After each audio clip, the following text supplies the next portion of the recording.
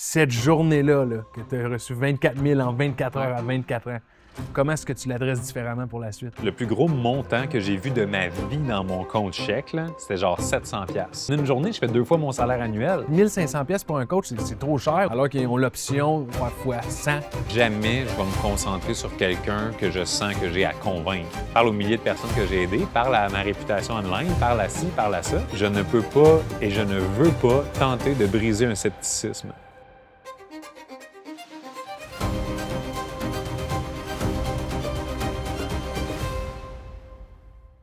Manu, aujourd'hui, nous autres, on a appris à se connaître à travers le milieu des conférences. On a partagé un stage à Québec. On s'avait rencontré à Montréal pendant l'événement d'LP. Automatique, quand je t'ai vu sur scène la première fois, puis là, je m'en vais pas, tu vas pas te lancer, décharger une remorque de fleurs, là, mais c'était la première fois que je voyais ce type d'artiste-là sur une scène. Le mélange de l'aisance avec le côté humoristique, mais comme t'habitais un stage comme on habite un rôle, un peu comme les acteurs le font dans un film, de mon impression. Mais c'est sûr que ça n'a pas toujours été comme ça. Puis pourtant, d'avoir entendu le dire, c'est un cheminement qui vient de très, très, très loin.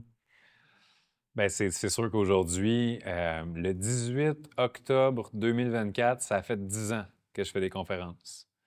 Fait que c'est sûr, si tu compares les premières, il y a effectivement une aisance qui s'est installée. Tu sais, au début, c'est à propos du message, puis être sûr que le message soit parfait. Éventuellement, tu te rends compte que la chose la plus précieuse à build, c'est le messager.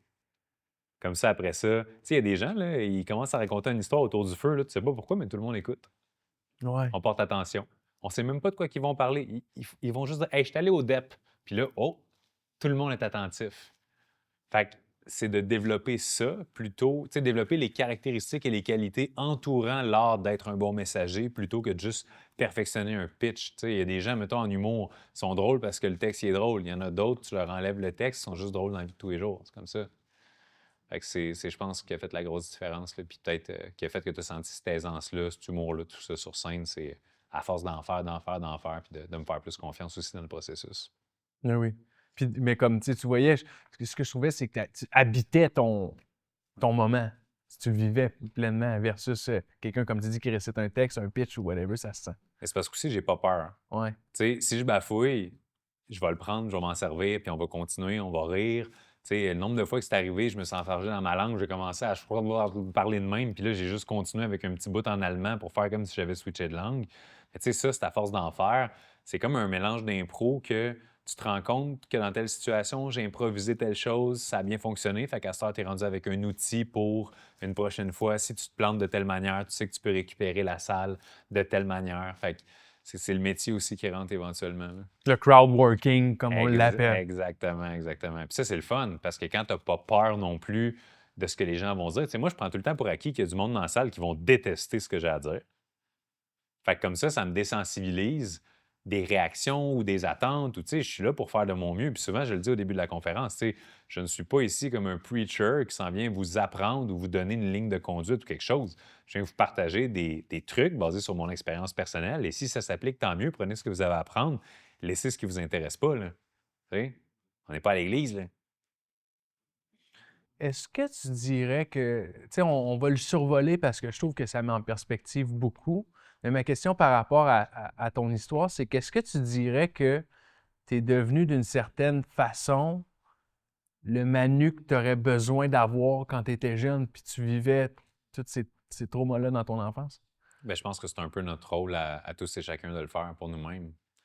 C'est toujours de tendre à devenir finalement une meilleure personne de soi-même, aussi cliché que ça puisse paraître.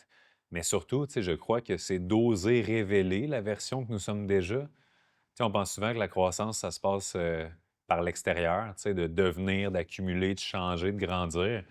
Mais souvent, c'est plus l'image un peu du, tu sais, le bloc de marbre dans lequel, je ne me rappelle plus, c'est quel sculpteur qui avait juste dit, j'ai pas sculpté cette statue-là, je l'ai libérée du bloc. Tu sais, fait que j'ai enlevé tout le superflu pour révéler ce qui était déjà là au final. Puis j'aime bien cette approche-là de me dire, OK, bien, la partie qui est plus intègre, authentique, honnête de nous, c'est souvent la plus vulnérable. Parce que quand on a des masques, quand on a un front, Quand on s'invente une personnalité, une attitude, un lifestyle, tu sais, quand on essaie de prétendre quelque chose, au final, c'est juste pour se protéger, tu sais, c'est pas pour mal faire. Parce que si après ça, on se fait juger, accuser ou pointer du doigt, on peut dire oui, oui, mais c'est pas moi pour vrai. C'est pas ça que je suis. Ou tu sais, si vous me connaissiez vraiment, vous diriez pas ça. Fait que c'est comme si ces façades-là donnent une couche de protection. Tandis que quand tu es 100% honnête, authentique, ça veut dire que quand on te juge, là, on te juge pour qui que t'es pour vrai. Fait que tu n'as plus d'excuses. C'est juste, ah, ben, tu m'aimes pas? Hey, je pense qu'effectivement, tu m'aimes pas. This is it. Tu sais, c'est la fin. Il n'y a pas de justification. Puis ça, les gens ont peur de ça parce que c'est très important, souvent, l'opinion des autres. Mhm. Puis quelque chose que je me suis rendu compte, parce qu'à un moment donné, en podcast, justement, on m'a posé la question, OK, mais toi, Manu, tu vas me dire que c'est pas important puis tu t'en fous de l'opinion des autres. J'ai dit non, non. C'est pas que je me fous de l'opinion des autres, c'est que j'ai choisi consciemment de qui l'opinion m'importe. Ce que ma femme pense de moi, ce que ma famille pense de moi, ce que mes meilleurs amis pensent de moi, ça m'importe parce qu'ils me connaissent bien, puis ça peut m'aider à grandir de porter attention à ça. Ça peut m'aider à mieux me connaître, à mieux m'améliorer. Mais ce que Michel du Saguenay, qui commente sur une de mes publicités sur Facebook, Asti que t'es cave, c'est pas ça nécessairement qui va m'empêcher de dormir la nuit puis qui va faire que je vais changer ou orienter mon comportement. Puis de toute façon, avec les années d'expérience dans le public aujourd'hui, ça fait quand même 17 ans que je suis dans le domaine, je me suis rendu compte que peu importe ce que tu dis, peu importe ce que tu fais, ou peu importe ce que tu fais pas ou dis pas, il y a des gens qui vont te juger pour ça, et très sévèrement. Tu sais, je ne vais pas rentrer là-dedans, là, mais à une certaine période en 2020, les gens ont eu un choix social à faire au niveau de leur santé. Mhm. Est-ce qu'on s'entend que peu importe ce que tu allais décider à ce moment-là, tu allais automatiquement te faire des ennemis? Effectivement. Tu sais, c'était. Fait que d'essayer de plaire à tout le monde, c'est juste une quête sans fin que personne ne peut gagner de toute façon. Puis l'affaire, c'est qu'à plus grande échelle, plus tu deviens populaire ou connu, plus tu te rends compte d'à quel point il y a beaucoup de monde qui t'haïssent, puis tu as l'impression que c'est infernal. Fait que tu te dis, tu sais, c'est facile de tolérer que 2 personnes trouvent que t'es cave, mais s'il y a 1 000 personnes ou 2 000 personnes qui trouvent que t'es cave, souvent, tu as tendance à plus vouloir changer ou adapter quelque chose. Mais c'est juste mathématique. Tu sais, la journée où j'avais 100 abonnés, si une personne me trouvait cave, c'était 1 mais là, aujourd'hui, si j'ai 100 000 abonnés, 1 qui me trouve cave, c'est 1 000 personnes. Mais c'est pas mal plus dur à porter ses épaules, le fait que 1 000 personnes vont commenter que c'est de la merde puis tout ça, mais ça reste 1 Ça reste mathématiquement la même chose.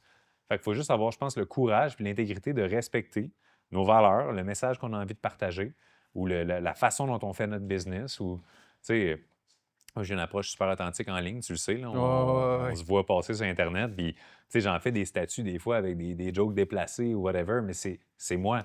Puis j'accepte que ça se peut que 595 personnes se disent « Mais ça n'a donc même pas de bon sens, cette joke-là. » Pendant ce temps-là, il y en a 46 000 qui vont faire « Ah, nice one. » Puis tu sais, c'est pour eux que je la fais, dans le fond. Ouais, ouais.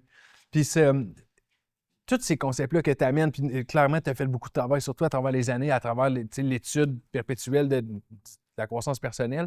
C'est venu où ce désir-là ou cet intérêt intense-là à travers lequel te développer? Ma propre souffrance. Je pense que c'est souvent ça le moteur du changement. Tu sais, c'est le gars un jour qui se regarde dans le miroir puis qui est tellement pas fier de sa shape puis qui se dit It's enough, je m'en vais au gym. C'est la personne qui est dans une relation de couple toxique depuis assez longtemps puis qui se dit It's enough, je me laisserai plus jamais traiter de même. Fait qu'à partir du moment où est-ce que mes 17 premières années de vie ont été excessivement difficiles, tu sais, violence familiale, pauvreté, itinérance, drogue, alcool, tout ce que tu peux imaginer, fait que j'ai grandi en sentant que j'étais une victime, que j'avais pas le pouvoir sur ma vie, que je réussirais jamais rien, que les autres, c'était plus, tu sais, leurs parents étaient riches ou whatever. J'ai toujours senti que j'avais rien pour moi, puis la vie, c'était donc injuste. C'était mon mantra, c'est pas juste. C'était tout le temps ça que je disais. Que ce soit par rapport à l'argent, la santé, whatever, c'était tout le temps pas juste. Puis à un moment donné, j'ai eu une des plus grosses claques d'en face ever, qui est, t'as peut-être pas choisi tes conditions de démarrage. Puis, tu sais, là, je te le synthétise dans d'autres mots moins beaux qu'à Ouais. l'époque, là, mais c'était, t'as peut-être pas choisi tes circonstances initiales, puis peut-être qu'il y a des choses que tu vas vivre dans le futur que tu contrôleras pas non plus. Puis ça, c'est super logique, tout le monde comprend ça. Mais la phrase qui a vraiment eu l'impact, c'est, par contre, pendant que tu vis tout ça, la personne que tu choisis d'être, il n'y a rien ni personne d'autre que toi qui a le contrôle là-dessus. Fait que c'est là que j'ai compris ma plus grosse prise de conscience à vie, qui est ma seule responsabilité et la seule zone dans laquelle je sais que j'ai un contrôle total, c'est pas ce qui va m'arriver, c'est pas ce que je vais bâtir, c'est ce que je vais devenir. Parce que tu sais, la journée où est-ce que, mettons, je te dis, hey, pourquoi ça n'a pas marché ta business? Tu peux me donner plein de circonstances extérieures ou whatever. La journée où je te dis, pourquoi ça n'a pas marché ton couple? Ah, ben, telle circonstance extérieure. Mais si jamais, mettons, on se parle, tu me cries après. Pourquoi tu me cries après?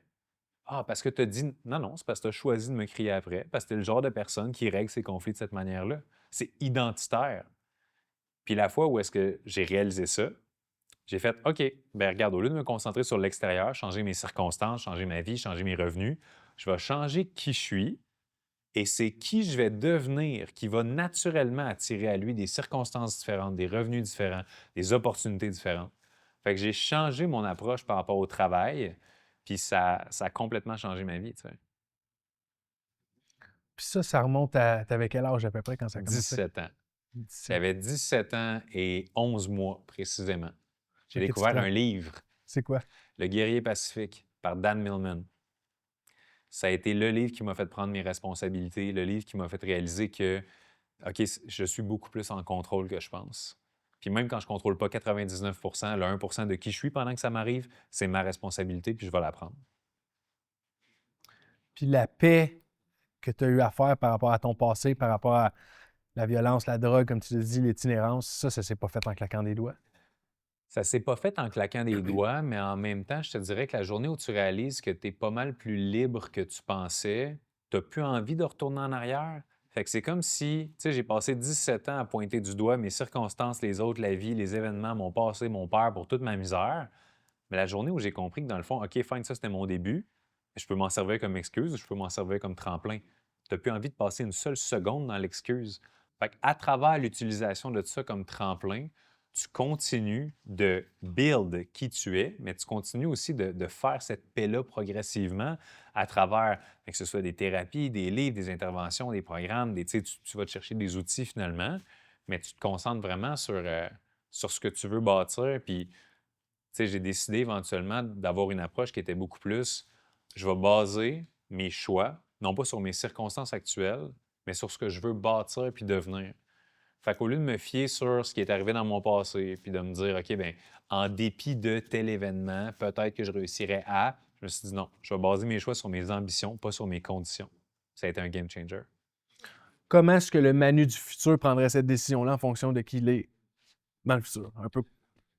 Je vais être honnête avec toi, je suis pas sûr de comprendre la question. Ben, c'est parce que tu disais, tu prenais tes décisions en fonction de ton ambition. Ouais, Est-ce que en voulant dire que tu prenais tes décisions comme en te mettant dans la peau du futur Manu Lemire, comme. effectivement. Puis c'était dans une optique de, tu sais, si, exemple, tu fais 100 000 par année, puis que tu te dis, je veux me rendre à 200 000, on va dire.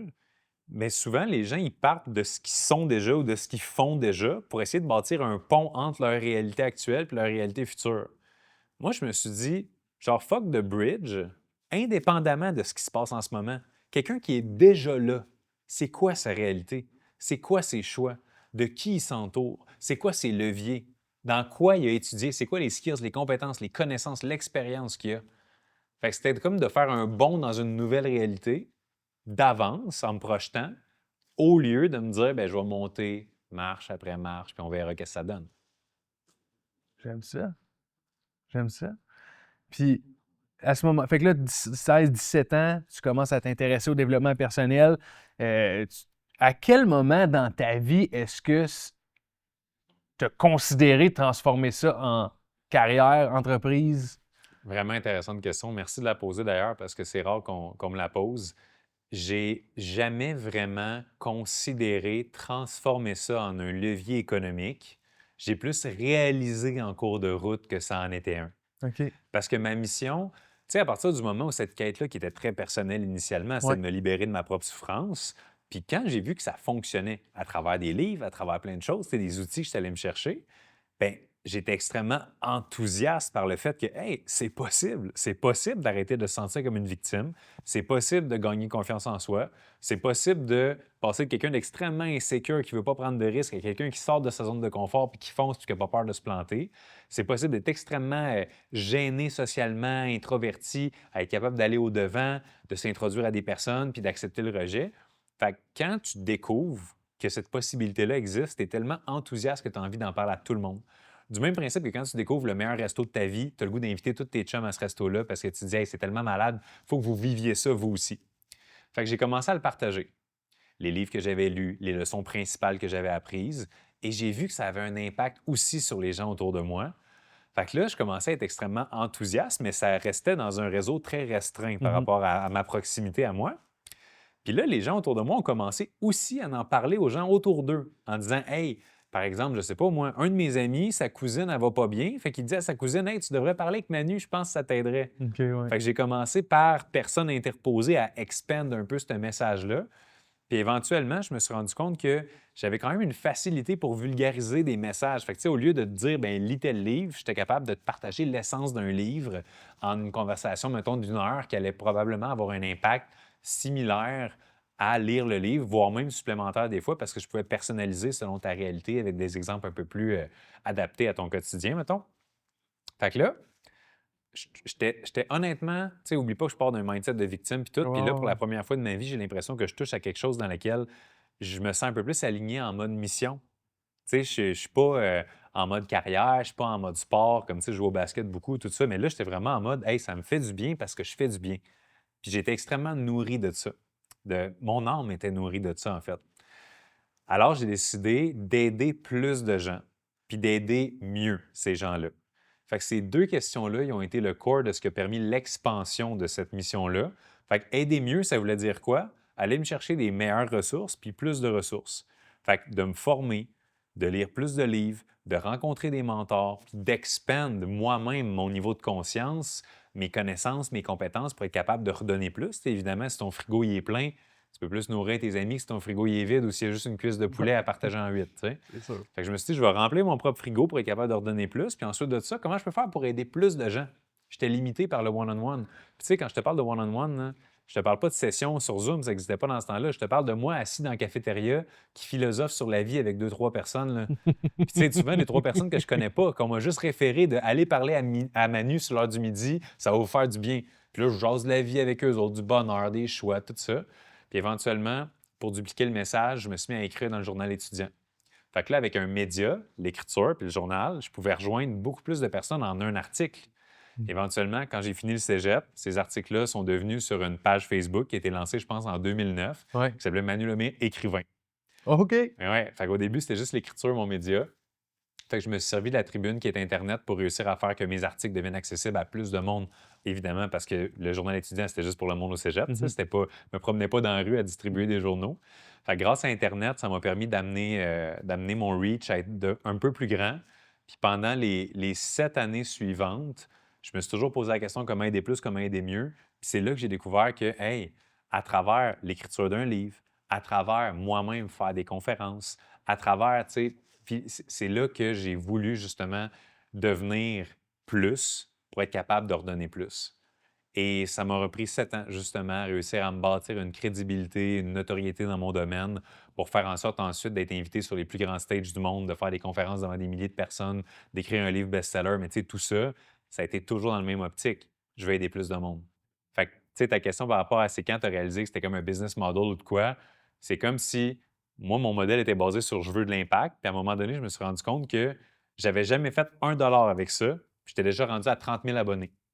Quand même. Ça, on remonte à comme 2015. 2014. 2014. 2014 environ, j'avais pas encore fait une scène avec ça. C'était vraiment, ça faisait 7 ans, de guillemets, que je faisais du bénévolat dans ce domaine-là, day in, day out. J'avais écrit des centaines d'articles. Puis là, ce qui a été le game changer, c'est en 2015, j'ai commencé à faire des vidéos devant la caméra. 29 janvier 2015, je me rappelle comme si c'était hier.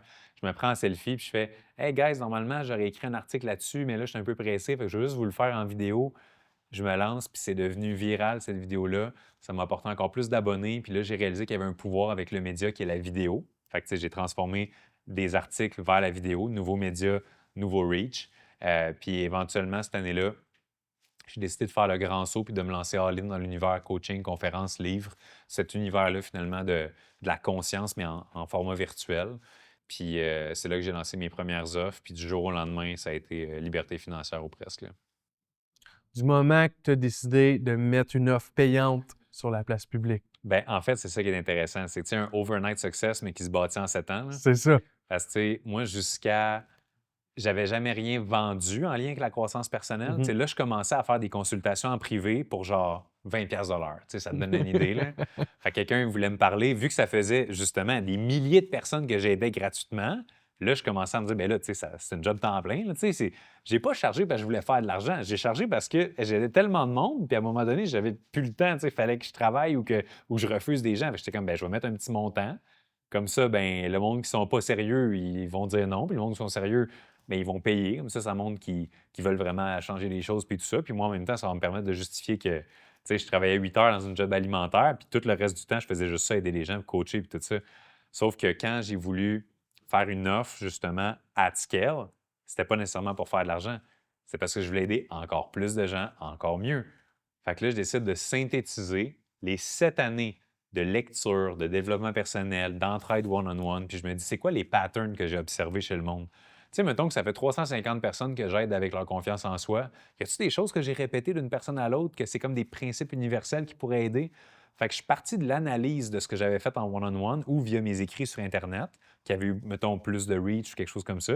J'ai extrait les pépites d'or, je les ai mis dans un programme, j'ai expliqué à travers un statut Facebook c'est quoi ce programme-là. C'est la première fois que je faisais une offre virtuelle. Je me suis dit, bon, je vais vendre ça 500$ parce que mon loyer à l'époque, c'était 500$. Je me disais, si j'ai un client, je paye un mois de loyer, tu sais. Puis comme de fait, c'est 150 personnes qui ont acheté ce programme-là dans une semaine. Fait que ça fait 75 000. Ouais. Puis je me rappelle, la première journée de vente, c'était 24 000 en 24 heures à 24 ans. Fait que c'était Wow! vraiment marquant pour moi parce que à l'époque, je faisais maximum 15 000 par année. Fait que pense-y, là, tu sais, moi, je viens d'un milieu pauvre, tout ça, j'avais jamais dépassé 15 000. Puis là, on arrive, on est en septembre, puis je me souviens, le loyer était dans 10 jours, puis j'avais pas assez d'argent dans le compte, puis j'étais comme, bon, c'est le moment, tu sais, on lance l'offre, puis tout ça. Puis moi, je me disais, si j'ai une personne qui l'achète, tu sais, je peux payer mon loyer, c'est nice. Fait que finalement, quand j'ai vu que c'est 150 personnes qui l'ont acheté, puis, tu sais, c'est 150 personnes qui l'ont acheté là, de bon cœur, de genre pas. J'ai pas eu d'affaire de vente ou de tactique ou de marketing, rien. J'ai juste dit, hey guys, vous me suivez sûrement depuis des années. Si je vous ai aidé ou quelque chose à travers mes écrits et tout ça, probablement que vous allez être intéressé par cette offre-là. Voici ce que je vais partager. Voici qui ça peut aider. Fait que c'était hyper basic, tu sais, Ouais, comme ouais, ouais. marketing, mais le fait que j'avais nourri cette gang-là puis donné le meilleur de moi-même sans compter, sans jamais, jamais rien demander en retour, ça a fait un peu le principe psychologique de give, give, give. Puis après ça, tu sais, tu fais juste dire j'ai quelque chose pour vous, puis tout le monde a sauté dessus finalement. J'ai l'image qui vient en tête là, tu sais, du monsieur qui est en train avec sa pioche. Puis Ouais. il creuse, il creuse, il creuse, puis juste l'autre bord, mais toi, t'as creusé pendant 7 ans de temps Puis l'affaire, c'est que je creusais même pas pour moi, je creusais pour pour eux, tu les sais. autres. Parce que moi, dans ma tête, c'était pas je m'en vais devenir millionnaire ou quelque chose. C'était juste, ben non, je veux aider plus, je veux aider mieux. Tu sais. Wow! Puis à partir de ce moment-là, fait que là, clairement, ça a été un moment décisif dans ta carrière de dire, OK, I got something, là, j'ai quelque chose entre les mains, puis on va aller loin avec ça, avec cette, non seulement financièrement, mais avec cette mission-là. C'est parce que pour la première fois de ma vie, j'avais accès à des ressources qui allaient me permettre d'aider plus, d'aider mieux. C'est ça. Avant, c'était juste basé. Ma seule ressource, c'était mon temps puis mes efforts. Maintenant, tu me rajoutais la ressource argent. Fait que j'allais pouvoir investir cette ressource-là pour dupliquer à plus grande échelle. Fait que là, c'est devenu super intéressant. Puis là, j'ai commencé à me former un petit peu plus en mode comment je peux faire pour créer des meilleurs retours sur investissement. C'est pour mon temps, mon énergie, mon argent. Fait que comment je peux faire pour dupliquer. Tu sais, moi, mon but, c'était pas OK, fine, j'ai fait ce montant-là, let's go, c'est terminé. Tu sais, je voulais pouvoir expandre mon message, rejoindre encore plus de monde. Fait que là, je me suis mis à me former à tout ce qui est vente, marketing, système, business en ligne, etc., pour être capable d'amener ça next level. Fait que je me suis formé justement là, de 2015 là, à aujourd'hui, puis je suis encore en formation continue, je vais tout le temps apprendre. Puis, tu sais, à force d'intégrer des outils, des leviers, bien, tu finis par dupliquer de façon beaucoup plus facile. Puis, c'est ça, tu sais, à cette heure, ce que je faisais en un mois, c'est rendu des petites journées, puis c'est ça, mais c'est avec le temps. Encore une fois, le monde sont pressés aujourd'hui. Ouais, ouais, vraiment. Puis tu sais, on recule à 2015. Là. De un, l'industrie du développement de la croissance personnelle prenait pas la place qu'elle prend aujourd'hui. C'était pas en ligne, C'était pas du pas tout. en ligne, pas en tout, c'était pas commun. Euh, Après ça, l'accès à l'information pour te former, toi aussi, pour développer ta business en ligne. Il n'y avait pas Russell Brunson qui dépense 500 000 par mois en pub pour te... Mais non, exactement. Tu sais, c'était des mentors originales, là, tu sais, original dans le sens les OG. Ouais, Là, tu sais, ouais, ouais. c'était, ben, mettons, Tony Robbins au début. Là, tu sais, Classique, ouais. mais tu sais, c'était pas nécessairement sur le développement de la business, c'était plus sur tu sais, le développement personnel. Mais mettons, Brian Tracy, il y avait un programme audio que j'avais acheté à l'époque qui s'appelait The Luck Factor, tu sais, le facteur chance. Fait que c'était comme comment devenir chanceux. Puis c'est là que j'ai compris que la chance, c'est un ensemble de probabilités mathématiques. Fait que tu as plus de chances de te faire manger par un requin dans l'océan que dans ta piscine. Fait que, tu sais, si tu te fais pas manger dans l'océan, on va dire, hey, tu sais, que tu as quand même été chanceux, il y avait des requins. Mais si tu te fais pas manger dans ta piscine, personne va dire, hey, t'as été chanceux, tu sais. Parce que c'est juste une question de stats.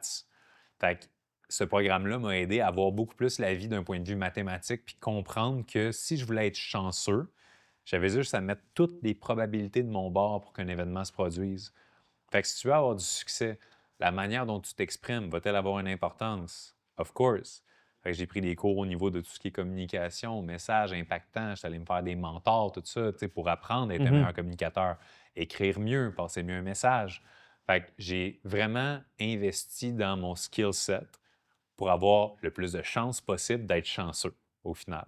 Ça a fait une grosse différence.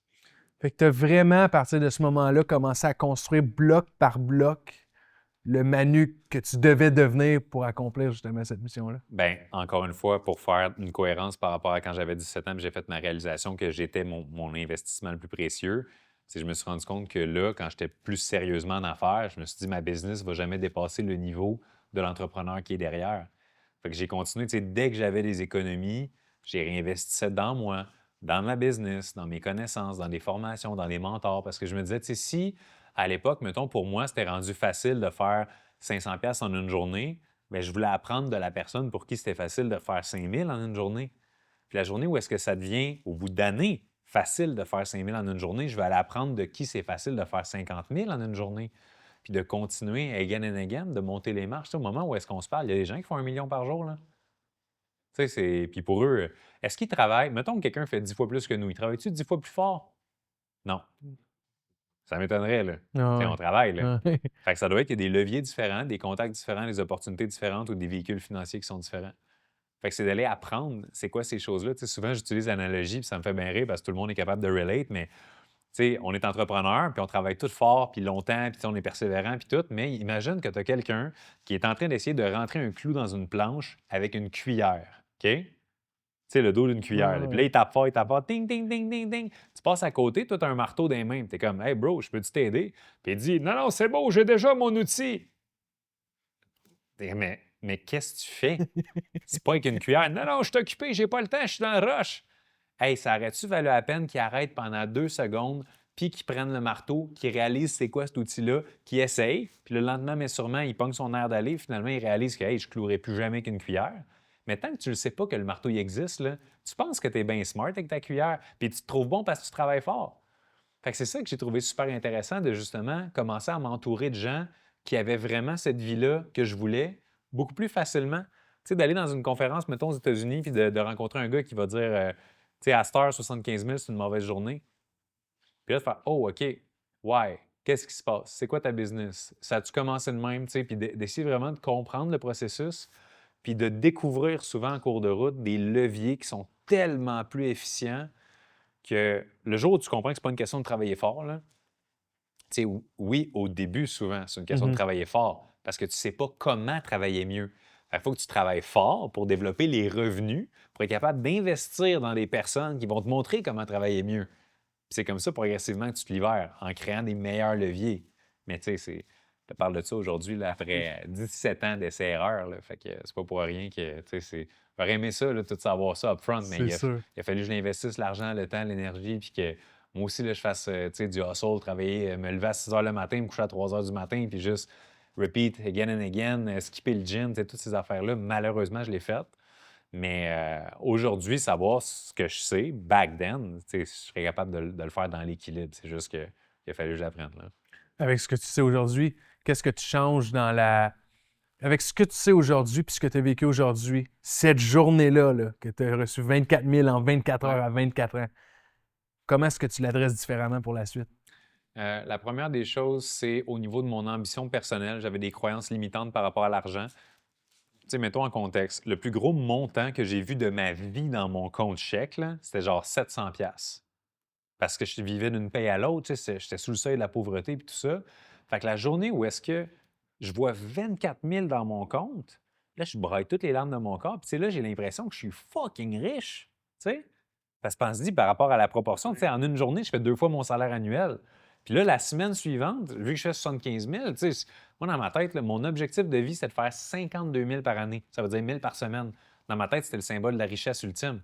Ça te donne une idée d'où je viens, là.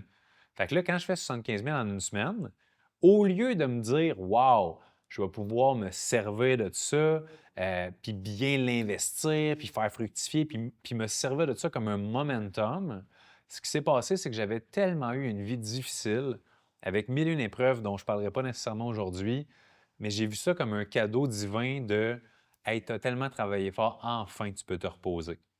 Fait qu'au lieu de profiter de ces revenus-là pour build quelque chose de plus grand puis bâtir, je n'ai profité pour enfin relaxer. OK. Fait que ramener mon système nerveux plus bas, partir en voyage, tu sais, me payer des choses que je m'étais jamais payé.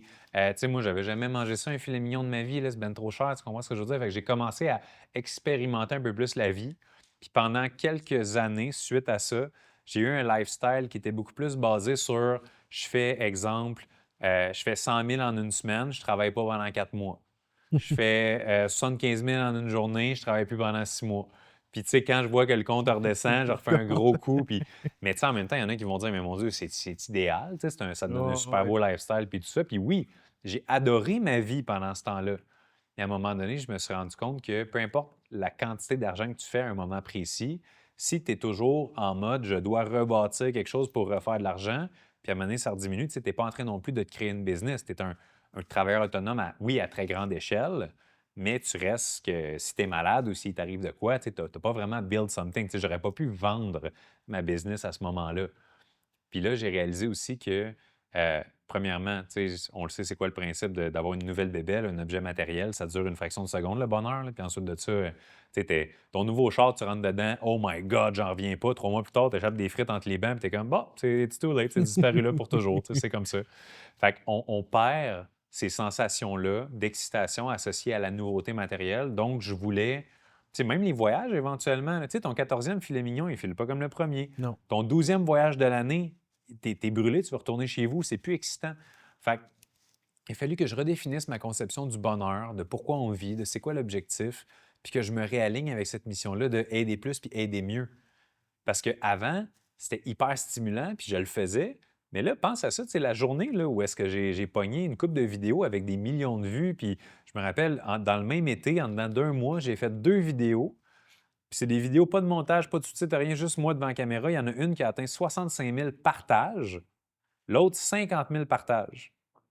Fait que si tu fais le calcul, ça, c'est des shares, c'est pas des likes. Là. Fait que c'est du monde Ouais. qui se sont dit, je l'ai écouté au complet, puis je veux que le monde, il sache que cette vidéo-là existe. Fait que ma mission qui était d'aider plus puis d'aider mieux, dans ma tête, j'avais aussi atteint le summum de ce qui est possible, entre guillemets. Puis je me disais, tu sais, les 1,3 million de vues, des centaines de milliers de likes, de commentaires, c'était tellement plus que ce que j'aurais pu imaginer provenant de mon background difficile que c'est comme si ma vie de rêve était réglée. Fait que je suis arrivé à 27 ans, 26 même, avec un feeling de est finie ma vie, entre guillemets. Tu sais, j'ai atteint ma destination finale. Fait que il a commencé derrière ça une grande quête de sens pour retrouver c'est quoi le but de l'existence humaine quand tu n'es plus un être qui poursuit les objectifs. Parce que, mettons, je te dis demain matin, là, tous tes buts que tu as en ce moment, là, tu peux plus. Faut que tu trouves autre chose. Il y a un petit 2 minutes à prendre hein, pour se poser ces questions-là. Fait que là, j'étais comme objectif financier, j'ai atteint plus que ce que je rêverais d'atteindre. Objectif de popularité, notoriété ou d'impact positif sur la société, j'avais atteint à l'époque de 2015-2016, j'étais tellement viral sur Internet. Si je sortais de la maison, j'allais au restaurant, c'était sûr que quelqu'un m'arrêtait et me dire hey, c'est toi qui fais vidéo, hein, on peut-tu prendre une photo, des choses comme ça. C'était vraiment fou. Là. Fait que vu que j'avais tout ça a commencé à devenir, avec l'habituation, de plus en plus vite de sens. Puis là, j'ai eu une période difficile. Je dirais 2018, là, j'étais comme, tu sais, quand les voyages filent plus excitants, quand la gastronomie file plus, tu sais, c'était. Puis là, il y en a qui vont dire beau problème, mais en même temps, tu sais, l'espoir fait vivre. Puis quand tu es à l'université, tu as l'espoir qu'un jour ta job va être nice. Puis quand tu as ta job, tu espères que la promotion va être nice. Puis quand tu as ta blonde, tu espères que la famille va être nice. Tu sais, on a toujours une étape d'après qui fait qu'on est excité de continuer notre aventure qui est la vie. Moi, il n'y avait plus rien. Tu sais, c'était. Mettons que tu as 1 million de likes. Mhm. C'est-tu 1 200 000 qui va t'exciter plus? Mais non, c'est focal, c'est juste des chiffres. Fait que de cette période-là, qui a duré plusieurs années, je te dirais, de quête de sens, j'ai fini par progressivement éliminer la notion que je devais trouver ma grande mission de vie, mon grand sens, mon grand why. Puis je me suis ramené à c'est quoi mon why d'aujourd'hui? C'est quoi mon why de la semaine? C'est quoi ma mission de vie d'aujourd'hui? Puis de me ramener dans le moment présent m'a amené de plus en plus vers l'étude de la pleine conscience. Puis là, je suis allé faire des retraites de méditation comme Vipassana, que je recommande à tout le monde d'ailleurs. C'est 10 jours dans le silence total, pas de musique, pas d'écriture, tu peux pas parler, tu fais juste méditer comme 12 heures par jour. Ça a été un changement complet identitaire pour moi. Ça m'a vraiment reconnecté avec des choses de beaucoup plus profondes. Puis je ne peux pas remercier assez la vie d'avoir mis ça sur mon chemin. Mais bref, à travers ça, j'ai réalisé que la réponse la plus simple, mais la plus logique, c'était juste, c'est quoi la chose que je le sais que je ne pourrai vraiment jamais atteindre, mais qui va me faire du bien à essayer d'atteindre? Et c'était la chose la plus basique possible, être un meilleur Manu. Comment je peux faire pour être un meilleur gars, un meilleur homme, un meilleur mari, un meilleur collègue, un meilleur père, un meilleur, tu sais? Comment je peux faire pour être une meilleure version de moi-même, aussi cliché que ça puisse paraître, parce que j'ai compris, je me suis rappelé en fait de ce que j'avais appris dès le début, que c'était l'homme que j'allais devenir qui allait transformer la vie. Puis là, vu que ma vie était transformée, c'est comme si j'avais plus rien à transformer. Mais je me suis ramené vers l'intérieur. Puis c'est là que j'ai pu recommencer à travailler sur des nouvelles zones. Puis un de mes mentors m'avait dit, ah, mais Manu, t'es-tu parfait? J'avais répondu, ben non, je suis pas parfait, voyons donc. Il dit, OK, mais pourquoi tu me parles de mission de vie puis tout? Il dit, go work on yourself. Puis c'était tellement simple, mais tellement évident en même temps, puis révélateur. Puis j'ai fait, ah, you know what? Merci. Je vais aller travailler sur moi, puis on verra ce que ça donne. T'sais.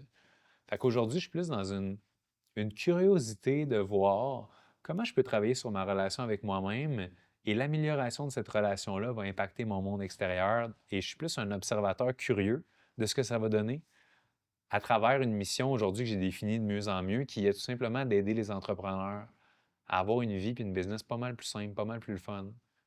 Fait que je te dirais, à cette heure, c'est vraiment ça que je fais. C'est j'avance dans la vie en améliorant ma relation avec moi-même puis en aidant les autres finalement à avoir cette simplicité, ce bonheur-là d'avancer dans la vie avec plus de légèreté. Fait que dans le fond, quand la vie pour toi a été vide de sens, t'as juste retourné à la base. Qu'est-ce qui t'avait sorti de ta souffrance originalement? T'as ressorti d'une nouvelle souffrance que tu t'étais imposée, infligée en ayant choisi une destination X qui, dans le fond, ne devait pas être. Exactement. C'était pas une souffrance qui provenait. Parce qu'on peut avoir plusieurs types de souffrance. On Ouais. peut souffrir parce que la vie nous donne ce qu'on veut pas. On peut souffrir parce que la vie nous donne pas ce qu'on veut. On peut souffrir parce que la vie nous donne exactement ce qu'on veut, mais là s'installe la peur de le perdre. Fait qu'à partir du moment où j'avais atteint tout ce que je voulais, là, je vivais dans un genre de paradoxe de je ne peux pas comprendre c'est quoi la prochaine étape, mais en même temps, j'ai peur de perdre ce que j'ai acquis. Puis j'étais focusé vers l'extérieur à ce moment-là. Fait que comme tu dis, de me ramener à l'essentiel de OK, mais intérieurement, what's up? C'est ça qui a été très libérateur. Puis quand les gens sont overwhelmed, quand mes clients se compliquent la vie, quand le monde se sent submergé par tout ce qu'ils ont donc à gérer, les enfants, la business, etc., je les ramène souvent à l'essentiel qui est aimer être aimé, rire, avoir du fun, pas trop se prendre au sérieux, contribuer positivement, s'améliorer comme personne, bouger, prendre soin de son corps, de sa santé. Tout ce que je viens de te nommer là, c'est gratuit, c'est accessible ici et maintenant, ça n'a pas de fin, ça nourrit au quotidien. Fait que pendant qu'on fait tous des grands projets pour espérer un jour arriver dans une situation qui va enfin nous apporter quoi? Un feeling qu'on espère, le feeling de paix, le feeling de bonheur, le feeling d'accomplissement, de fierté, de confiance. Tous ces feelings-là sont déjà accessibles si on se permet d'arrêter une fraction de seconde, de jouer la grosse game, puis de se ramener à la seule game qui matter the most, c'est who the fuck are you and how do you feel about yourself? Et ça, c'est très libérateur. Je t'ai déjà entendu dire sur un stage, the highest currency is how you feel about yourself now. Ouais. Ça, j'avais trouvé ça puissant parce que c'est tellement vrai. T'as beau avoir tout, si tu te sens pas bien, t'as rien. T'sais. En ce moment. Ouais. Tu navigues dans le domaine de la croissance, tu aides des milliers de personnes, tu as un impact sur des dizaines, plusieurs dizaines de milliers de personnes. Puis un moment donné, comme tu viens de l'effleurer, tu décides de faire le shift vers on va se concentrer sur les entrepreneurs? À quel moment c'est venu? Puis comment est-ce que tu as pivoté ton message ou ta business pour être capable de te permettre de le faire? Encore une fois, de façon très naturelle et intuitive, merci pour la question. En 2019 environ, je te dirais, qu'est-ce qui s'est passé? C'est que c'était environ 4 ans après mon premier gros succès financier. Puis là, au cours des années suivantes, j'ai continué à build, tu sais, au niveau plus professionnel. Fait que là, il y a des gens qui commençaient à venir vers moi, plus juste pour l'aspect développement personnel, mais pour l'aspect, hey, tu as build une business de coaching, tu as aidé des milliers de personnes, tu es devenu viral, tu as atteint certaines choses d'un point de vue de carrière. Peux-tu un peu me montrer comment tu as fait? Fait que j'ai commencé progressivement, un peu comme je faisais dans une cafétéria de cégep à l'époque, à juste donner une coupe de trucs, essayer d'aider, voir si ça pouvait avoir de l'impact. Puis à un moment donné, je me suis rendu compte que le monde, il revenait vers moi en mode Hey, j'ai réussi ça, hey, j'ai été viral, hey, j'ai tant de clients, hey, j'ai monté mes prix, puis le monde, ils me disent merci, tu sais. Fait en voyant que j'aidais de plus en plus ces gens-là qui voulaient améliorer leur carrière, bien, j'ai été extrêmement stimulé parce que, tu sais, c'est très concret des résultats souvent pour un entrepreneur. Tu sais, il est capable de te dire Hey, je faisais 50 000 par année, puis là, en un mois, je viens de faire 20 000. Tu sais, c'est très mathématique. Fait que je trouve ça vraiment le fun d'avoir des résultats qui sont aussi tangibles et mesurables, Mhm. contrairement, par exemple, à de la confiance en soi qui se mesure difficilement. Tu sais, à part te dire sur une échelle de 1 à 10 comment tu te sens confiant, tu sais, c'est plutôt difficile. Donc là, j'ai commencé à faire ça, puis éventuellement, plus je l'ai fait, plus ça donnait de résultats. Plus il y a eu de résultats, plus les gens en ont parlé. Plus les gens en ont parlé, plus j'ai eu de demandes. Fait que j'ai commencé à charger pour ça. Puis là, vu que je chargeais, mais le monde continuait de venir, je continuais de monter mes prix, continuait de venir. Le retour sur investissement, tant qu'il est bon, mais le monde continue d'acheter parce que finalement, c'est payant pour eux de le faire. Fait que j'ai changé un peu mon fusil d'épaule par la force des choses, mais parce qu'aussi, je me rendais compte que la clientèle des entrepreneurs est extrêmement stimulante à servir parce que souvent, c'est des gens qui ne se donnent pas d'excuses et qui veulent changer les choses. Ils veulent passer à l'action. Ils veulent des résultats, puis ils savent souvent qu'ils sont les seuls responsables de leurs circonstances. Parce que quand quelqu'un, par exemple, a une problématique au niveau de sa relation, ça se peut que tu donnes un exercice pour travailler sur lui, mais qu'il te réponde Ouais, mais c'est parce que tu ne connais pas mon mari ou tu ne connais pas ma femme. Parce que si tu connaissais ma femme, tu verrais que non, non, non. Fait que les gens dans l'entrepreneuriat ont beaucoup moins tendance à pointer du doigt les circonstances extérieures, mais beaucoup plus à faire OK, parfait, merci, je vais aller l'appliquer. Fait que non seulement c'est des clients avec qui j'ai eu beaucoup plus de fun à travailler, c'est des clients mon Dieu, vas-tu le dire en français un jour? Tiens, tang, tong, chang! Hein? Fait que c'est des clients qui appliquent plus, donc qui ont plus de résultats. Puis pour une business, des clients qui ont plus de résultats, c'est très bénéfique. Ouais. Parce qu'après ça, au niveau de notoriété puis tout, ben, tu n'es même plus obligé de te vendre. Tu as juste à dire, ben, parlez à mes clients. Ils vont vous dire c'est quoi de travailler avec moi. Fait que ça l'a énormément aidé. Puis en même temps, c'est une crowd dans laquelle je m'identifiais parce que moi-même, étant entrepreneur, ben, je vis des choses qui vivent, on a la même réalité en quelque sorte. Fait que c'était super stimulant de pouvoir faire affaire avec eux. Puis en même temps, souvent, c'est une crowd qui a plus d'argent pour investir. Mhm. Parce que, tu sais, c'est très dommage des fois de proposer des produits ou des services à des gens qui disent Hey, ça a l'air malade, je voudrais tellement, mais je ne peux pas financièrement. Tandis que quand tu fais une offre à la bonne clientèle, des gens qui ont les moyens d'investir en toi, en ton offre, ben à ce moment-là, c'est juste une question de est-ce que ça m'intéresse ou pas ton offre? Si la réponse est oui, ben go, on le fait. Tu sais, fait qu'il y a moins le frein par rapport à l'argent aussi. Puis depuis que j'ai fait ça, ben c'est ça, la business a fait x15. Là. Fait que c'est bien intéressant comme crowd. Ouais, puis comme tu dis, même si je pense encore qu'il y a une mauvaise conception du retour sur investissement quand tu t'entoures des bons coachings ou des bons mentors, Mhm. eux autres, comme tu dis, c'était tangible. OK, j'ai investi 10 000 j'ai passé mon chiffre d'affaires de 100 000 à 200. Ouais. En théorie, j'ai 10 fois mon retour sur investissement. Trouves-tu encore que quand même les gens ne sont pas assez alertes de ce retour sur investissement-là? Ils se disaient, 1500 pièces pour un coach, c'est trop cher, ou 5000 pièces pour un programme, c'est trop cher, alors qu'ils ont l'option, ils ont l'opportunité de faire fois 100. Ben, est-ce que les gens ont encore ça? La réponse est oui, et ce sera toujours le cas. Est-ce qu'il y en a qui ne l'ont pas, cette mentalité-là, par contre? Également. Fait que, tu sais, aujourd'hui, jamais je vais me concentrer sur quelqu'un que je sens que j'ai à convaincre. Tu Mhm. sais, si j'ai fait un statut Facebook justement récemment, ça m'a fait mourir de rire et de tristesse à la fois. C'est que tu as une boîte, OK? Quand tu mets 1 $ dans la boîte, il ressort 10 $. Si je te disais, donne-moi 100 pièces, je vais le mettre là-dedans, il va sortir 1000. Si une boîte comme ça existait, est-ce que tu serais prête à l'acheter 10 000 pièces? Puis il y a plein de monde qui répondent non. I know. Là, pour ceux qui écoutent juste en audio, on se regarde de manière consternée en comprenant pas ce qui se passe. sais, littéralement, là. Parce qu'il y a des gens pour qui tous les paramètres de ouais, mais c'est qui est propriétaire de la boîte? Est-ce que la boîte est fiable? Est-ce que ça marche tout le temps? Ça fait combien de temps qu'elle existe, cette boîte-là? Y a-t-il un mauvais sort associé à cette boîte-là? Faut-tu que je prenne mon argent ou je peux prendre l'argent de quelqu'un d'autre? Tu sais? Puis ça en dit beaucoup plus sur la personne que sur la boîte. On s'entend? Donc, sur la personne que sur l'opportunité ou sur le coach. Puis à ce moment-ci de ma carrière, pense-y, si ça fait 17 ans que je suis en affaires, je t'ai raconté mon histoire, j'ai des milliers de témoignages, j'ai au-dessus de 20 000 clients dans 25 pays, y a-tu une chance que je passe une seconde à essayer de te prouver que la boîte en marche? Non. Si tu me crois, ça va me faire plaisir. Puis je te demande pas juste de te fier à moi, tu sais, je vais toujours le dire, fais-moi pas confiance, moi je te vends mes affaires, c'est normal, moi te le vendre. Parle à mes clients, Mhm. parle aux milliers de personnes que j'ai aidées, parle à ma réputation online, parle à ci, parle à ça, mais comme, tu sais, je ne peux pas et je ne veux pas tenter de briser un scepticisme. Parce que les gens, en même temps, sont très, très libres de ne pas adhérer à certaines philosophies ou pensées. Ou, tu sais, quelqu'un a 100 le droit d'écouter l'épisode en ce moment puis de se dire hey, moi, je te ferai pas confiance pour autant parce que, whatever, t'es un esti de coach ou, tu sais, c'est correct. Je m'en fais plus avec ça. Puis ça revient un peu à ce qu'on disait tantôt par rapport à, mathématiquement parlant, s'il y a 99 000 personnes qui m'aiment, il va y avoir 1000 personnes qui m'haïssent. S'il y a 1 million de personnes qui m'aiment, il va y avoir 100 000 personnes qui m'haïssent. Tu sais, Ouais. c'est juste des maths. Fait que c'est d'accepter ça, puis de se concentrer sur les gens qui veulent et peuvent être aidés.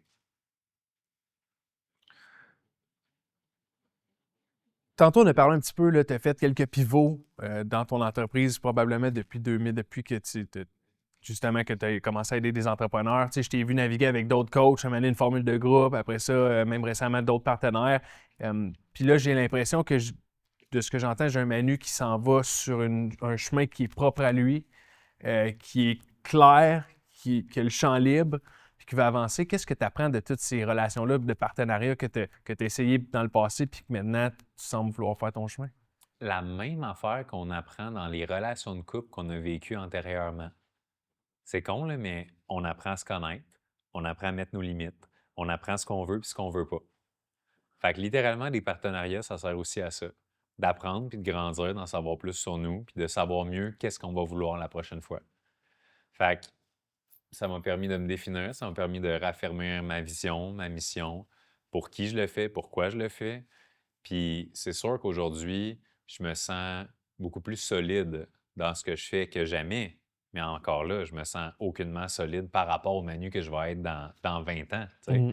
Puis ça, c'est la beauté de la chose. C'est de, à partir du moment où tu sais que tu fais les choses pour les bonnes raisons, tu sais que fondamentalement, tu es une bonne personne, tu sais aussi que tu vas faire des erreurs parce que tu es un humain. Celle-là est importante, puis les gens la négligent souvent. Tu es une bonne personne, tu fais les choses pour les bonnes raisons, puis tu vas faire des erreurs. Quand tu t'autorises ça, ça te permet d'avancer beaucoup plus vite parce que tu arrêtes de te demander c'est quoi la bonne décision. Est-ce que c'est vraiment parfait? Est-ce que je devrais ça? Est-ce que je devrais ça? Tu te dis, regarde, je me fais confiance à cause des éléments que je viens de te nommer. Donc, je peux me permettre de foncer et d'aller beaucoup plus vite. Puis la pire affaire qui peut m'arriver, là, c'est de réaliser que je me suis trompé et de dire, hey, you know what? On va faire autre chose. Je me suis trompé. Je suis désolé. Next, tu sais. Puis ça permet une croissance beaucoup plus rapide. Puis je pense que c'est ce qui explique qu'aujourd'hui, justement, à 34 ans, des fois, il y a des gens de 50, 55, 60 qui vont venir me demander mon expertise comme mentor. Mais c'est pas parce que, tu sais, je suis nécessairement spécial ou de quoi de même. C'est juste que dans mes 34 années de vie, j'ai l'impression d'avoir vécu 3 lifetimes, entre guillemets, d'expérience parce que je me suis tellement planté souvent, parce que j'ai tellement agi vite, puis toujours avec ce désir-là de aider plus, aider mieux. Fait que je pense que l'expérience, autant en affaires que en termes de connaissance de soi, c'est une des choses qui a le plus de valeur. Puis je dirais vraiment à tout le monde là, de beaucoup plus foncer dans la vie. C'est pas attendre d'avoir le plan parfait, l'opportunité parfaite, le timing parfait. Ça n'existe pas. Tu sais, c'est quand toi en bas de l'avion, bâtis le parachute en cours de route, littéralement. Là. Puis à la limite, tu sais, dans l'exemple de l'avion, ça se peut que tu meurs rendu en bas si tu n'as pas réussi à bâtir ton parachute. En business, c'est pas vrai. Tu meurs pas. Mhm. T'sais, ça se peut, la pire, tu fais faillite ou whatever. Tu comprends? T'sais, moi, ça m'est jamais arrivé. Je touche du bois, je suis super heureux de ça. Mais il y en a eu des moments de contraction financière qui étaient plus difficiles en cours de route. Puis, je ne le cache pas du tout. Mais c'est tous les enseignements dans ces périodes-là. Il y a eu des trucs avec la justice, il y a eu tellement de défis. Mais tout ça fait de moi l'entrepreneur puis l'homme que je suis aujourd'hui. Fait que jamais Je me disais, j'aurais aimé mieux prendre mon temps avec du recul. Puis, ben non, même les partenariats qui n'ont pas fonctionné, j'aurais-tu aimé mieux ne pas rentrer dans tel partenariat? Oui, à cause de la souffrance que ça a causé, mais non, grâce à l'expérience que ça m'a apporté. Puis je parlais de ça avec un client, justement. Tu sais, on parlait de qu'est-ce qui a le plus de valeur entre l'expérience, le temps, l'argent. Puis je disais toujours, je choisirais l'expérience. Parce que la personne qui a l'expérience va toujours finir par faire travailler la personne qui a du temps et de l'argent pour elle. Tu sais, fait au final, l'expérience ne se gagne qu'en étant all-in dans l'action. Fait que c'est juste de foncer. Aussi cliché que ça puisse être, là, just do it. C'est tellement vrai. Mais comme, puis là, je vais parler pour moi, mais je suis sûr qu'il y a bien des entrepreneurs qui se retrouvent dans la même position. C'est que je me retrouve tout le temps, donc souvent dans ma vie, je me suis retrouvé dans une position où est-ce que là, je suis en contrôle. Ça va bien, l'argent rentre. Puis après ça, je me dis, OK, what's next? Fait que là, je prends quelque chose d'autre. Puis là, c'est quelque chose qui me passionne. Puis là, ça va bien. Puis là, je commence à prendre ce deuxième projet-là. Puis là, après ça, hop, à un moment donné, arrive un autre projet. Parce que là, plus que je touche à des choses, plus qu'il y a des opportunités qui arrivent. Puis là, je me dis, OK, j'en prends un autre. Puis là, un moment donné, là, tout ce qui était le fun, puis que c'était Colin, ça c'est passionnant, ça va bien. Un moment donné, j'implose, puis comme je panique, puis là, je veux tout crisser ça là. Mhm. Comment est-ce qu'on évite de se mettre dans ces plats-là? Puis en fait, pourquoi que ça arrive? Connaissance de soi. Tu sais, quand je parle de l'importance du développement personnel puis de la relation avec soi, c'est justement pendant qu'on est concentré sur l'extérieur, les objectifs et tout ça, on est focusé sur les profits, les opportunités, les contacts. Mais pendant ce temps-là, tu sais, la relation avec nous fait en sorte que plus tu te connais, plus tu es à l'écoute, plus tu le sais que quelque chose n'est pas aligné avec toi, plus tu sais exactement ce que tu veux. Puis quand je parle de ce que tu veux, je parle pas d'objectifs professionnels, là. Je parle qu'est-ce que tu veux pour ton énergie, pour ton corps physique, ta santé. Qu'est-ce que tu veux pour ton mindset, ta conscience, ta sagesse? Qu'est-ce que tu veux pour tes relations familiales, professionnelles, personnelles? Puis qu'est-ce que tu veux ensuite au niveau carrière? Mais il faut que tout ça reste aligné. Puis si on me propose une opportunité de niveau 12 sur 10 d'un point de vue professionnel, mais qu'elle va nuire à ce que je veux d'un point de vue corporel, relationnel et conscience, la réponse c'est un gros fuck no en majuscule et en rouge, là. Mais pourquoi je suis capable de dire non? Parce que je sais exactement ce que je veux. Pourquoi je sais exactement ce que je veux? Parce que j'ai pris le temps de me connaître et je me suis fait aider pour ça.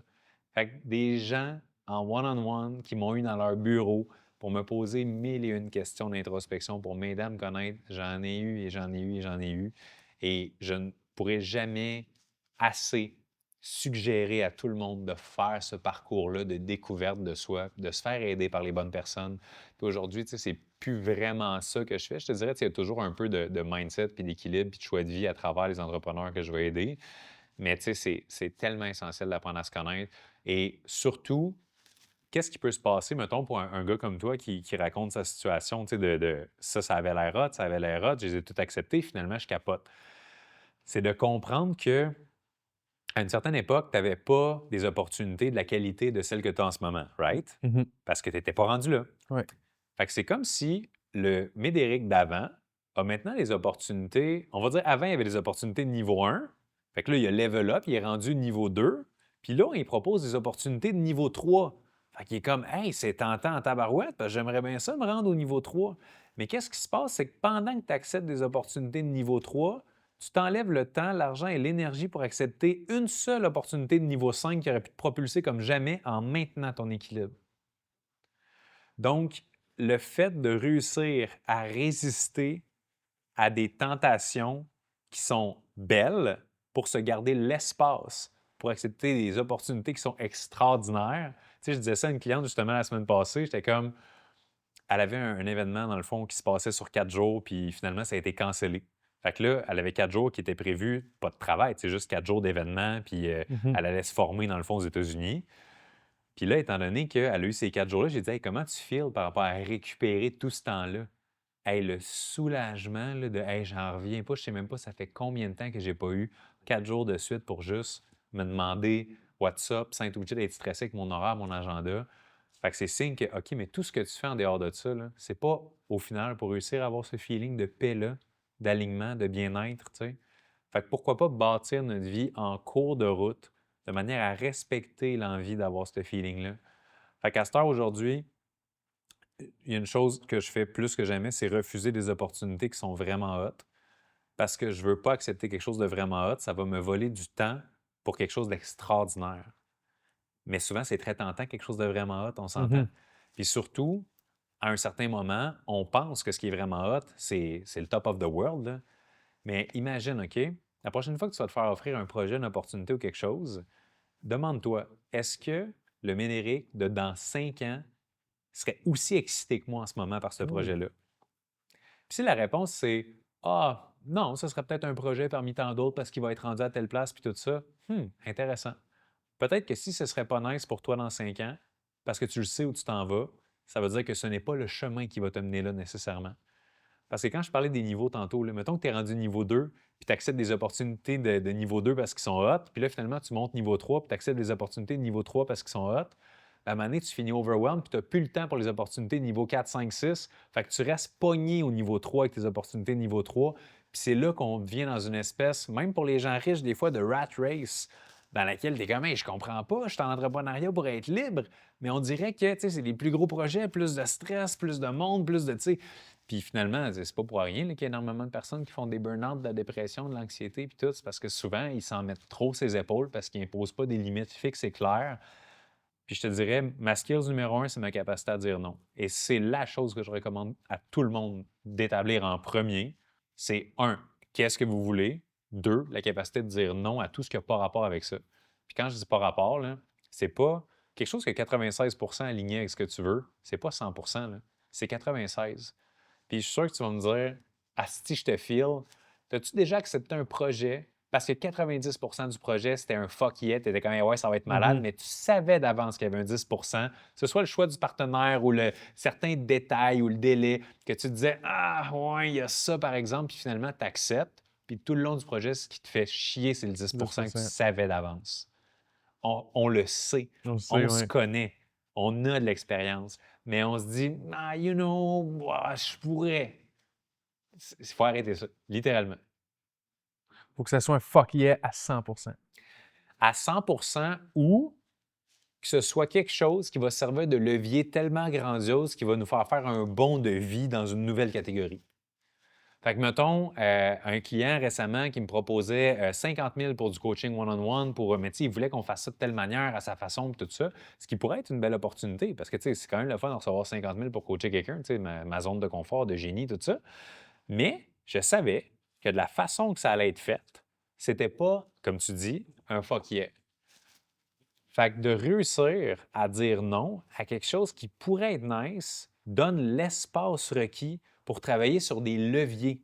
Parce que, tu sais, souvent, on s'investit dans des projets, là, puis c'est un peu des one-time deals, si je peux dire. C'est pas nécessairement des leviers. Tu sais, c'est quelque chose qui va être bon parce que ça va donner soit un montant d'argent X, c'est une opportunité X, une visibilité X, mais souvent, c'est quelque chose qui n'est pas nécessairement aligné avec notre plan de vie pour avoir la croissance qu'on veut avoir. Fait qu'à cette heure, quand j'accepte quelque chose qui n'est pas 100 aligné, c'est parce que je sais que cette opportunité-là va tellement m'amener ailleurs qu'elle va permettre à ma mission actuelle de prendre de l'ampleur.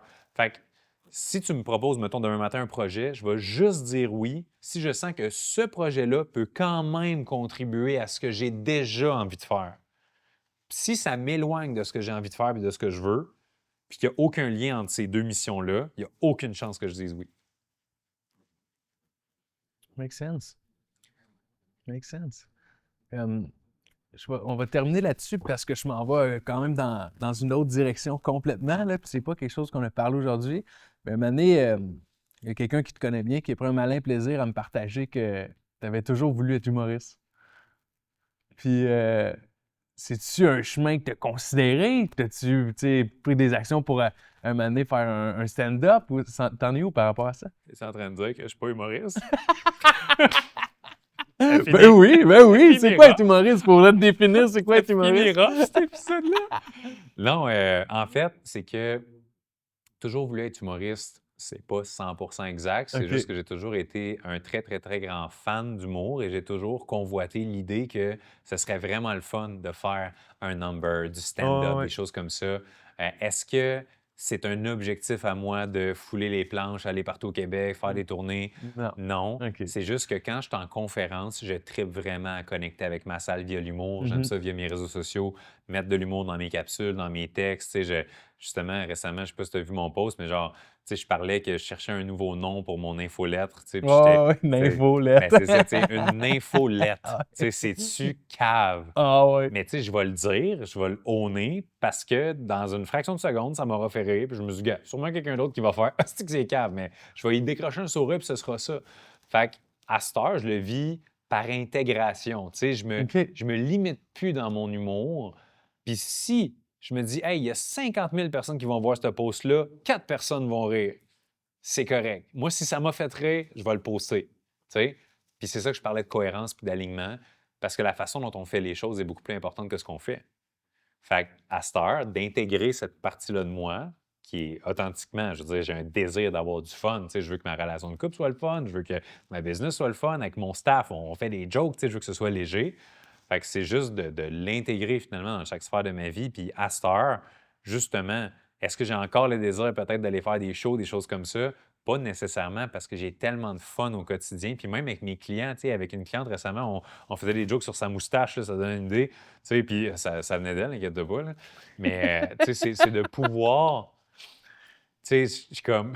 Puis, tu sais, des fois, je vais vraiment loin. Regarde, on va y aller, c'est en podcast, c'est pas grave. Mais, tu sais, quelqu'un qui va faire « Hey, wow, Manu, merci tellement pour le rabais. Tu sais, y a-t-il une raison en particulier? » Puis, je vais répondre « Ben oui, tu sais, c'est parce que nous autres, quand même, on a de la compassion parce qu'on a vu ta photo de profil, puis on s'est dit, Chris, ça n'a pas l'air facile. Puis, mais tu sais, ça, mettons, tu comprends? Genre, je vais pas roaster comme ça un nouveau client qui a aucune idée chez qui, puis tu sais, qui arrive d'une pub Facebook, là. Mais un client, mettons, que ça fait 4 ans qu'on est en affaires ensemble, qui achète un nouveau programme ou qui renouvelle, je vais faire, ben oui, ça me fait plaisir. Tu sais, hey, je t'ai vu à la face un matin, puis calvaire, t'as l'air d'avoir besoin d'un coup de pouce. Je vais roaster de bonne guerre, mais ça fait que la relation avec mes clients est complètement différente aussi. Tu sais, quand je suis dans un coaching avec un entrepreneur, puis là, il commence à me donner des excuses, puis nanana, pourquoi ça va pas bien en business, puis tout, je vais y répondre, Oups, un instant, fais juste comme, écoute-toi en ce moment, là, puis dis-moi, est-ce que ça sonne comme un leader ou comme une victime? Fais juste répondre à ça. Puis sinon, j'ai le replay, tu le réécouteras, tu sais. Fait que je vais oser avoir cette approche-là qui est beaucoup plus franche et transparente, et ça fait en sorte que c'est plus le fun pour moi, c'est plus le fun pour mes clients, parce que mes clients, ils savent que je suis de même. Fait que tout est tellement plus transparent, intuitif et naturel et fluide que ça me permet aussi d'avoir une qualité de clientèle qui fait en sorte que quand mes clients se rencontrent, tu sais, mettons qu'en ce moment, tu n'as jamais été mon client dans aucun programme de service ou de quoi, mais la journée où tu deviens mon client, une des choses qui a le plus de valeur, c'est rencontrer c'est qui les autres malades, tu sais. C'est qui ma gang, c'est qui les autres clients. Parce que cette vibe-là que j'ai, il y a beaucoup de monde que je leur demande, tu sais, pourquoi tu as décidé de faire affaire avec moi? Ils vont me répondre, ben ta vibe, ton humour, j'avais l'impression que tu étais comme un grand frère. Tu sais, c'est pas basé sur, les inclusions de ton site web. Moi, c'est les 3 calls Zoom qui m'ont convaincu. Tu sais, mais non, c'est une question c'est human to human, là. C'est tout le temps ça au niveau relationnel. Fait que je trouve que c'est quelque chose qui a beaucoup de valeur, que j'encourage d'ailleurs, peu importe le type de brand que vous avez ou d'entreprise, ramener ça plus à l'humain derrière l'entreprise. Si on est tous des humains, c'est pas des numéros, c'est pas des datas dans un CRM. Quelqu'un qui a une vie, qui a des ambitions, qui a des rêves, parle avec, connecte avec. Puis si tu es un bon match pour cette personne-là, fais-y une offre. Sinon, fais-y pas d'offre. Mais tu sais, souhaitez-vous tout le meilleur, prenez soin les uns des autres. Puis voilà, c'est un speech d'église. Ça y est, je suis rendu curé. Hein? Je me réoriente. Prochaine phase de vie. Mais je m'en doutais que tu allais aller là, de ramener ce qui te passionne dans ton quotidien parce que je le savais que tu le fais, puis tu le fais très bien. Puis c'est un peu ça ce que je voulais qu'on dise. J'ai senti tantôt dans notre conversation avant qu'on rentre un élan de, tu me l'as verbalisé aussi, là, mais un élan de croissance, une vision d'expansion pour l'entreprise, pour ta mission. Qu'est-ce qui s'en vient pour Manu Lemire? Qu'est-ce qui s'en vient, c'est qu'au lieu d'avoir des objectifs atteignables, j'ai commencé à avoir des objectifs qui sont inatteignables parce que j'appelle ça des DEEP, là, des départements d'évolution et d'entretien permanent. Dans ma vie, j'ai quelques départements comme ça que c'est un peu ongoing, il n'y aura jamais de fin. Tu sais, mettons le gym. Oui. Tu sais, as-tu déjà vu quelqu'un d'assez en shape qui s'est dit « Hey, enfin, c'est fini le gym. » Tu sais, « I got this. » Tu essaieras de dire à ta blonde après 10 ans de couple « Chérie, on est enfin un couple heureux et en harmonie. C'est fini la Saint-Valentin. » Tu sais, on n'est plus obligé de... Fait au niveau business, au lieu d'avoir des objectifs financiers, des choses comme ça, à cette heure, ma mission est inatteignable dans le sens où mon but, c'est de faire en sorte que chaque entrepreneur qui va croiser ma route reparte plus libre et heureux ou se dise « Hey, ma vie ou ma business est plus simple et plus fun depuis que j'ai connu Manu ou son univers, ses podcasts, peu importe. » tu sais. Fait que, comme ça, il n'y a pas de fin à ça. Parce que, hey, elle n'est pas arrivée là, la journée où est-ce que tous les entrepreneurs au monde vont pouvoir se dire « Merci, Manu. » tu sais. Fait que je vais sûrement mourir en cours de route puis dire à mon enfant « Continue, fils, la mission. » tu sais. Fait que ça va être quelque chose, vu que ça n'a pas de fin, ça continue d'être stimulant. Fait que pour moi, quand tu me demandes c'est quoi qui s'en vient, ben c'est tous mes projets sont alignés avec cette mission-là. Permettre au plus d'entrepreneurs possible d'être libres, d'être heureux, d'avoir pas mal plus de fun avec une business pas mal plus simple. That's it.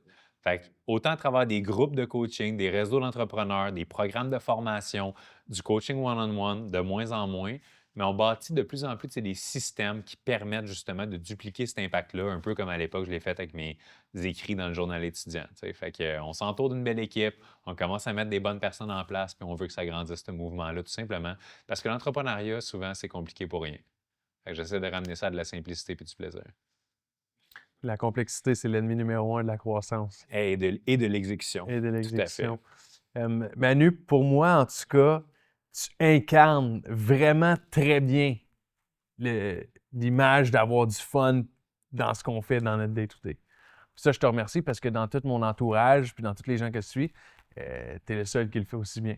Mais mon Dieu, je suis vraiment content. Puis c'est une des choses que j'apprécie le plus aussi qui me fait connecter avec des entrepreneurs, c'est quand je sens que cette vibe-là peut être, je vais inventer un mot, réciproqué. Ouais. Ça se peut pas, là. Mais tu sais, quand... Moi, ça m'est déjà arrivé, là, dans des 5 à 7 hyper corporate, de dire « Oui, bonjour, est-ce que vous voulez que je vous aide à enlever le bâton? » Ça a l'air vraiment coincé, là. Puis tu sais, sûrement que ça doit être, tu sais... Puis j'ose le faire, parce que comme... Sais-tu quoi? La personne super offensée de se faire dire « Veux-tu que je t'aide à enlever le bâton? » Pendant ce temps-là, il y a 3 personnes qui font « Asti, c'est un malade, ce gars-là, je veux me tenir avec. » tu sais. Fait que j'aime mieux avoir ce genre de relation authentique-là, tu sais, d'aller dans une chambre de commerce puis de lever la main et de dire « Y a-tu quelqu'un qui a un bateau? » Fait que je me cherche un ami qui a un bateau pour cet été. Tu sais, hey, tout le monde est là pour donner des cartes d'affaires puis tout. Mais moi, comme de fait, sais-tu quoi? La personne qui a ri puis qui a un bateau, asti, l'été d'après, je suis son bateau pour vrai, là. Tu sais, fait que c'est d'amener ça à un niveau de arrêter d'essayer d'être correct aux yeux de 1000 personnes puis soyez un fucking legend aux yeux de 5 personnes. Puis c'est ça qui va faire que votre vie va changer progressivement. Parce que ces 5 personnes-là, ils connaissent 5 autres personnes. Fait que tu pars d'un noyau qui est fort puis t'expandes ensuite de ça. Mais bref, on s'en reparlera dans un autre épisode là, plus basé sur marketing, stratégie de croissance puis de conquête mondiale. Mais yes, fait que ben merci énormément pour l'invitation. C'est un cool talk, c'était des bonnes questions. Puis j'ai vraiment aimé ça. Puis merci aussi de ton authenticité puis d'être ce genre d'entrepreneur-là qui véhicule cette vibe-là de realness. Puis tu sais, je t'ai vu sur scène aussi, puis extrêmement présent, extrêmement charismatique. T'es là, tu connectes avec l'audience comme peu de gens réussissent à le faire, puis c'est vrai ton affaire. Fait que good job aussi. Thank you, man. Roi de la jungle, détrôné comme un tyran, emprisonné puis méprisé comme l'Iran. Rien d'éternel sauf le repos, même pour un parolier. Si un jour je rugis en solo, c'est que la meute m'a renié. Je mourrai à l'ombre de pas ou pas, comme un minard, mais jamais à l'ombre d'autorité d'un rival.